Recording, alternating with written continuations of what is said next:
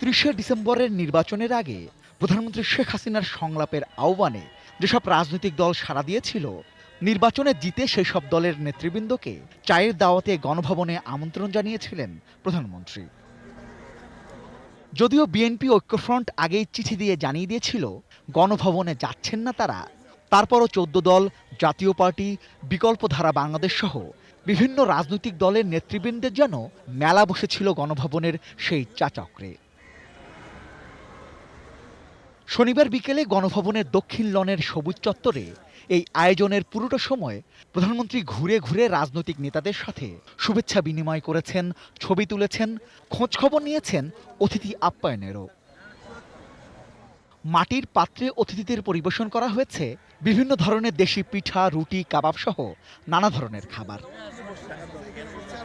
অনুষ্ঠান শেষে রাজনৈতিক দলের নেতারা বললেন, প্রধানমন্ত্রী নাকি কথা দিয়েছেন এ ধরনের আয়োজন মাঝে মধ্যেই হবে। মাঝে মধ্যে তিনি এই সমস্ত রাজনৈতিক দলগুলোর সঙ্গে তিনি এই ধরনের শুভেচ্ছা বিনিময় করবেন এবং তাদেরকে বিভিন্ন সময় আমন্ত্রণ জানানো হবে। প্রধানমন্ত্রীর এমন উদ্যোগ দেশের রাজনৈতিক পরিবেশ আরো ভালো করতে সহায়ক হবে বলে মনে করেন এই প্রবীণ নেতা। শেষে আসার সময় যেটা বললেন একবার আমাদের সঙ্গে দেখা করে যে রাজনীতির মতভেদ থাকতে পারে, তারপর দেশের ব্যাপারে যেন আমরা ঐক্যবদ্ধ থাকি। আর সংসদে বিরোধী দল জাতীয় পার্টির নেতারা এই আতিথেয়তায় এতটাই মুগ্ধ যে ভবিষ্যতে তারা নিজেরাই এমন আয়োজন করতে চান।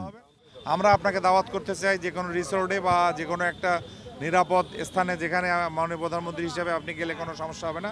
উনি সেটি কবুল করেছেন এবং আমরা আশা করছি যে পরবর্তীতে আমরাও যারা সরকারের বিরোধিতা আমরা সরকারের পার্লামেন্টে করব বা বিরোধী দলের ভূমিকায় আমরা আমাদের অবস্থান নেব, আমরা ওনাকে দাওয়াত করব।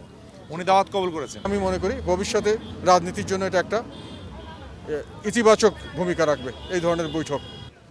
Rizwan Foyez, ATN news, Dhaka.